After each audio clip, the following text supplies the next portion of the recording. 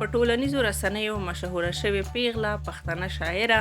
نورا احساس وایي د هغې خپلوانو یوازې په دې خبره د هغې پلار ته ویلي چې خپله لور باید ووژني چې هغه ولې شاعري کوي. نوموړې وایي که پښتنه ټولنه کې که ښځو ته د خپل کردار ترسره کولو موقع ورنه کړل شوه نو د ژوند په منډه کې به پښتانه تر نورې نړۍ وروسته پاتې کیږي. VOA ډیوا سره مرکه کې دغې پیغلې شاعرې ویلي کومه ټولنه کې چې د ژوندبار ښځې او سړي په شریکه پورته کړی دی هغه ټولنې پرمخ تللي دي، خو له بده مرغه پښتانه نن هم میرمنې په ټولنه کې د خپل تعمیري کردار څخه منع کوي.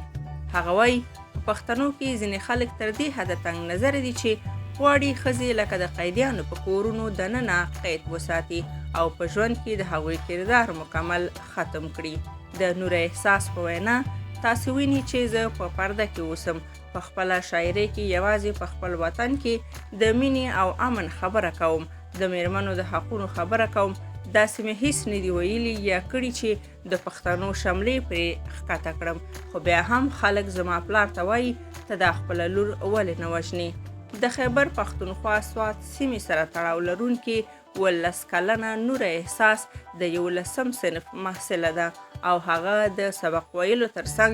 د 13 د پاسه یو کال راهیسې پښتو شاعري کوي چې په ټولنیزو رسنیو په میلیونونو مینوال پیدا کړي دي. نورا احساس وایي هغې ته خپل شهرت هم زیاتې ستونزې پیدا کړي دي او په چم گاوند او سیمه کې ورته داسې نظر کېږي چې ګنې هغه چاته ډیره بدکاره پیغله ده یا ډیر ناروا کارونه کوي. هغه وایي زه چې له کوره وځم د خلکو سترګې راپسې شي، څوک راپسې له شا اوازونه کوي، څوک شپېلۍ وهي او څوک راپسې په ټولنیزو رسنیو خبرې کوي. خو ما بیا هم د دې خلکو رویو ته ځان نیولی او عزم مې کړی چې خپل تعلیم به هم سرته رسوم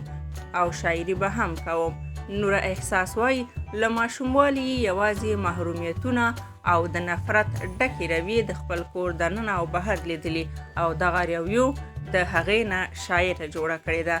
ما سره خو به خپل کور کې زما چاچیګانو او تروریانو هم خبرې نه کولې، زما مور پلار ته به یې پیغورونه ورکول چې دا لور مو سمه نه ده،